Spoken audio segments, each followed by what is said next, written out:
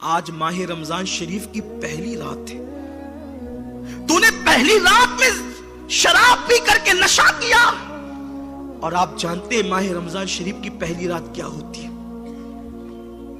ماہ رمضان شریف کی ہر رات کی لذت الگ ہے، ماہ رمضان کی ہر رات کی فضیلت الگ ہے، ماہ رمضان کی ہر رات کا مقام اور مرتبہ الگ ہے، لیکن پہلی رات جو ماہ رمضان شریف کی آتی ہے، اللہ کے رسول فرماتے ہیں پہلی رات جو ماہ رمضان کی آتی ہے، عرش کے نیچے سے اللہ ہوا چلاتا ہے، اور اس پہلی رات میں اللہ اپنے بندوں کو پیار کی نظر سے دیکھتا ہے۔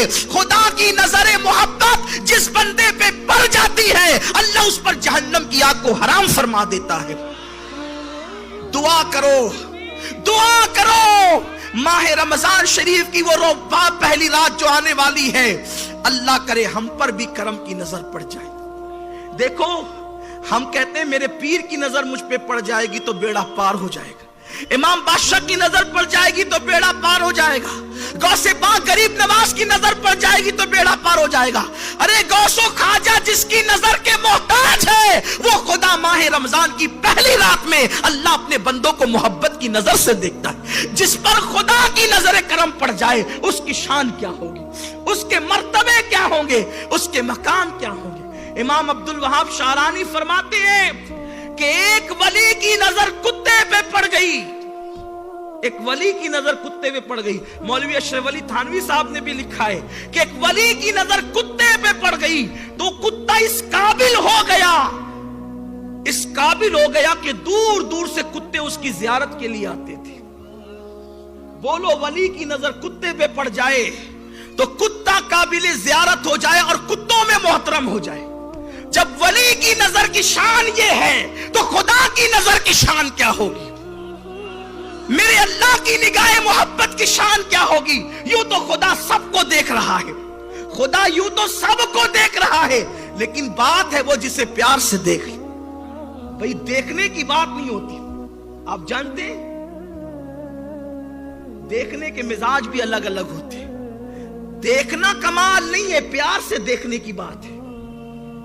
ہمارا دیکھنا کمال نہیں ہے، پیار سے دیکھنے کی بات ہے۔ نہیں دیکھتے آپ کسی بچے کو اسکول دیر سے ہے تو ٹیچر گھور کے دیکھتا ہے، دیکھ تو ٹیچر رہا ہے نا، لیکن بچہ تھر تھر کانپ رہا ہے۔ وہ کیوں کانپ رہا ہے؟ دیکھنے کی فضیلت تھوڑی ہے، دیکھنے کی فضیلت تھوڑی ہے، پیار سے دیکھنے کی فضیلت۔ یہ خاص بات ہے، یہ خاص بات ہے۔ بچہ دیر سے آیا اسکول تو ٹیچر نے گھور کے دیکھا، دیکھنے میں بچہ ڈر گیا۔ بچہ اسکول نہ گیا، ماں باپ نے گھور کے دیکھا، بچہ ڈر گیا۔ لیکن کوئی اچھا کام کر کے پیار سے دیکھا تو، اور خدا پیار سے کب دیکھتا ہے؟ یہ تو انسانوں کی مثال دی، اب بلا تمثیل اللہ پیار سے کب دیکھتا ہے؟ رمضان شریف کی پہلی رات میں پیار سے دیکھتا ہے، اور جس پہ پیار کی نظر پڑ جائے اس کو جہنم کی آگ نہیں چھوٹتی۔ اور پھر مزید پیار سے کب دیکھتا ہے؟ پھر وہاں رمضان کی قید نہیں ہے، جب جاؤ گے تب پیار سے دیکھے گا۔ اللہ فرماتا ہے وَلَوْ أَنَّهُمْ إِذْ ظَلَمُوا أَنفُسَهُمْ جَاءُوكَ فَاسْتَغْفَرُوا اللَّهَ وَاسْتَغْفَرَ لَهُمُ الرَّسُولُ لَوَجَدُوا اللَّهَ تَوَّابًا رَحِيمًا۔ اے محبوب، اگر یہ اپنی جانوں پہ ظلم کریں، گناہ کریں، اور آپ کی بارگاہ میں آپ کو سفارشی بنانے کے لیے آپ کی بارگاہ میں پہنچ کر توبہ کریں اور آپ ان کی سفارش کر دے، تو یہ ضرور پا لیں گے اللہ کو، یہ ضرور پا لیں گے اللہ کو، بہت توبہ کا قبول کرنے والا اور بہت رحم کرنے والا۔ لوگ کہتے ہیں اللہ تو مسجدوں میں بھی ملتا ہے، اللہ تو کعبے میں بھی ملتا ہے، اللہ تو گھروں میں بھی ملتا ہے، پھر کیا ضرورت ہے رسول کی چوکھٹ کی؟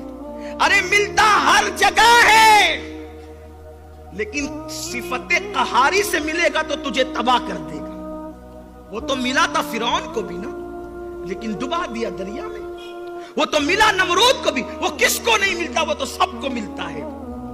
لوگ کہتے ہیں عمل کے بعد بھی نبی نبی کیوں کرتے ہو؟ نبی کی ضرورت کیا ہے؟ خدا بتا رہا ہے نبی کی ضرورت کیا ہے۔ وہ تو ملتا سب کو ہے، وہ تو ملتا سب کو ہے، لیکن کسی کو قہاری کی صفت کے ساتھ ملا, کسی کو جباری کی صفت کے ساتھ ملا. ہم اس کا قہار ہونا اور جبار ہونا کیسے برداشت کر سکتے ہیں؟ ارے جو سورج کی قہاریت کو برداشت نہ کر سکے وہ خدا کی قہاریت کو کیسے برداشت کر سکتا ہے؟ خدا ملے ضرور لیکن صفت توابی اور صفت رحیمی کے ساتھ ملے. اور وہ کہاں ہے؟ وہ در مصطفیٰ پر ہے, وہ در مصطفیٰ پر ہے. اب پتا چلا.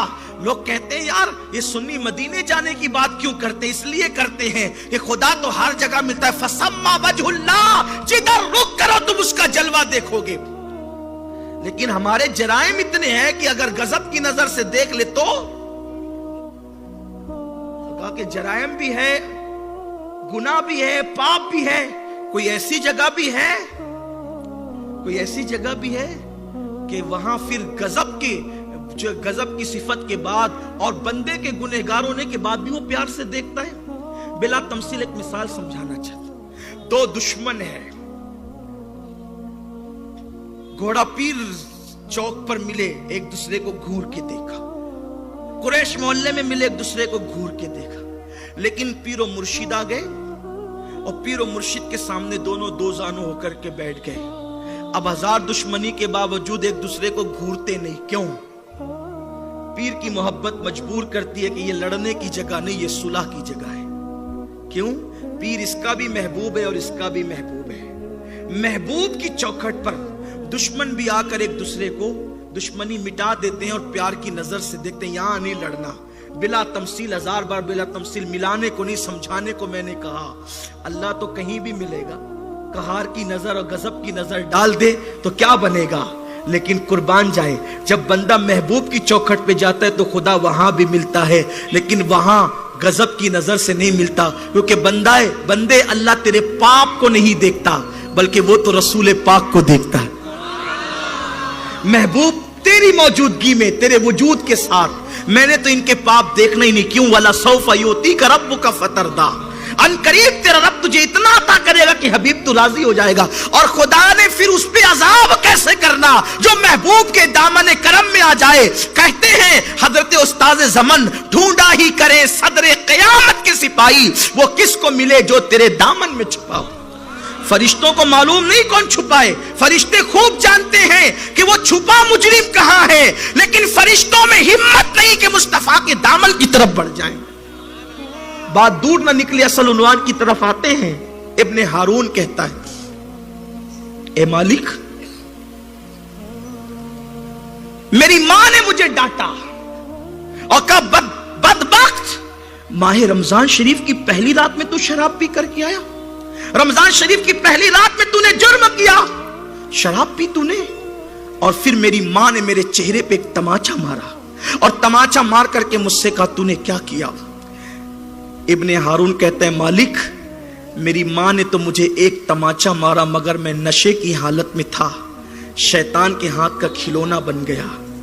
میں نے پلٹ کر غصے میں آ کر اپنی ماں کو کئی تماچے مارے. نشہ کرنے والا اپنی بیٹی کے ساتھ زنا بھی کر سکتا ہے.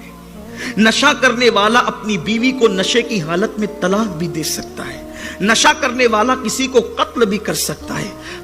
کاش ہمارا ملک نشے کی لعنت سے پاک ہو جائے. ہم ہندوستان میں صرف مسلمانوں کو نہیں بلکہ ہر ہندوستانی کو نشے سے پاک دیکھنا چاہتے ہیں. اس لیے کہ اسلام صرف مسلمانوں کے لیے نہیں آیا, اسلام سارے انسانوں کے لیے آیا ہے. اور کاش ایسا ہو جائے کہ ہمارے ملک سے نشے کا خاتمہ ہو جائے. اگر صرف ہمارے ملک سے نشے کا مکمل خاتمہ ہو گیا تو صرف 20 سال کے اندر ہمارا ملک امریکہ اور برطانیہ سے آگے پرواز کرتا ہوا نظر آئے گا. لیکن یہ نشے کی لعنت ہے جس نے ہمارے ملک کو ترقی کرنے نہیں دیا. اور برا ہو ان بدبخت لیڈران کا جو اپنی سیاسی دکان چمکانے کے لیے اور اپنی مالی منفعت کے لیے جو نشے کو رواج دے رہے ہیں. اور یہ بھی بتا دوں, اس وقت زنا اور نشہ سب سے زیادہ کسی چیز سے فروغ پا رہا ہے تو اسی کو فلم کہتے ہیں. فلموں کے ذریعے سے زنا بھی بڑھ رہا ہے اور فلم کے ذریعے سے نشہ بھی بڑھ رہا ہے. اگر فلموں سے نشے کو نکال دیا جائے, فلموں سے زنا کو نکال دیا جائے تو بہت حد تک کہ ہم نشے اور زنا پہ کنٹرول کر سکتے ہیں، لیکن ایسا نہیں ہوگا، اس لیے کہ کچھ لوگ اپنے ذاتی مفاد کے لیے اس ہندوستان کو جو ہے وہ چوہے کی طرح یا جو ہے وہ جانوروں کی طرح یا گھن کی طرح کھاتے ہوئے نظر آ رہے ہیں اور ملک کو تباہ کر رہے ہیں۔ کاش اسلام کے اس قانون پر عمل ہو جائے کہ کل مسکرین حرام، ہر نشہ آور چیز حرام ہے، ہمارا ملک ترقی کرے گا، دنیا ترقی کرے گی۔ نشے کی وجہ سے بیماریاں بڑھتی ہے، نشے کی وجہ سے بے حیائیاں بڑھتی ہے، نشے کی وجہ سے بدکاریاں بڑھتی ہے، نشے کی وجہ سے قتل غارت گری کا ماحول ہوتا ہے، نشے کی وجہ سے انسان چوری کی طرف بڑھتا ہے۔ جب وہ کمائے گا نہیں اور نشہ کرے گا، اس کو پیسے نہیں ہوں گے، وہ کسی کا قتل کرے گا، کسی کے ساتھ چوری سے پیش آئے گا، کسی کے گھر میں ڈاکہ ڈالے گا۔ اس لیے نشہ بہت ساری برائیوں کی طرف لے جاتا ہے۔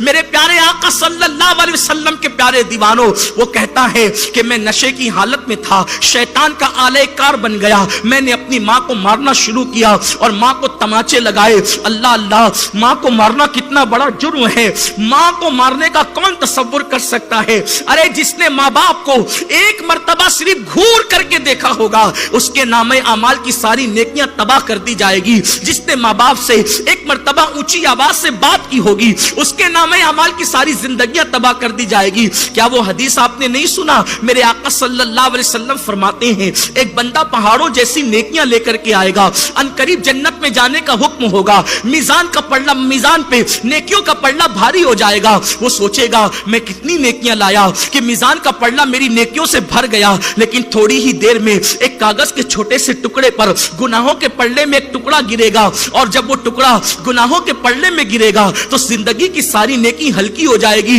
حکم ہوگا اس بدبخت کو جہنم میں داخل کر دو۔ وہ بندہ جہنم میں جاتے جاتے پوچھے گا میرے کریم ساری زندگی عبادت اور نیکی کرتا رہا، اس چھوٹے سے کاغذ کے ٹکڑے پر کیا لکھا تھا جس نے میری ساری زندگی کی نیکی کو ہلکا کر دیا؟